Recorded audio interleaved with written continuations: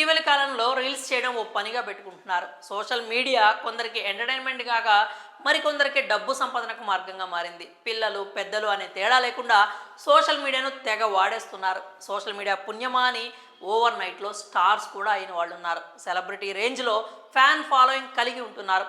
Different కంటెంట్తో reels చేస్తూ వాటిని సోషల్ మీడియాలో అప్లోడ్ చేస్తూ లక్షల్లో వ్యూస్ పొందుతున్నారు. అయితే అందరిలాగే తాము కూడా ఫేమస్ అవ్వాలని హద్దులు దాటి రీల్స్ చేస్తున్నారు కొందరు. చాలామంది లైక్స్, వ్యూస్, కామెంట్స్ కోసం ప్రమాదకర రీతిలో రీల్స్ చేస్తూ ప్రాణాల మీదకే తెచ్చుకుంటున్నారు. రీల్స్ కారణంగా ప్రాణాలు కోల్పోయిన వారు కూడా చాలామందే ఉన్నారు. జలాశయాలు, రైల్వే ట్రాక్ల వద్ద భారీగా రద్దీ ఉండే రోడ్లపై రీల్స్ చేస్తూ ప్రమాదాలకు కారణమవుతున్నారు.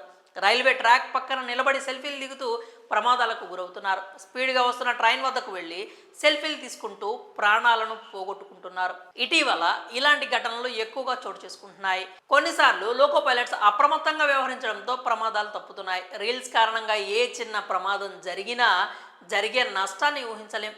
ఈ నేపథ్యంలో రైల్వే శాఖ కీలక నిర్ణయం తీసుకుంది. ఇకపై మీరు రీల్స్ చేస్తే జైలుకి వెళ్ళక తప్పదు. రైలు పట్టాలపై రకరకాల వస్తువులు ఉంచడం, ప్రమాదకరంగా దాటడం, ట్రాక్స్పై డాన్స్ చేయడం, పట్టాలపైకి వాహనాలు తీసుకొస్తున్న నేపథ్యంలో రైల్వే శాఖ అలాంటి వారిపై చర్యలు తీసుకునేందుకు రెడీ అవుతోంది.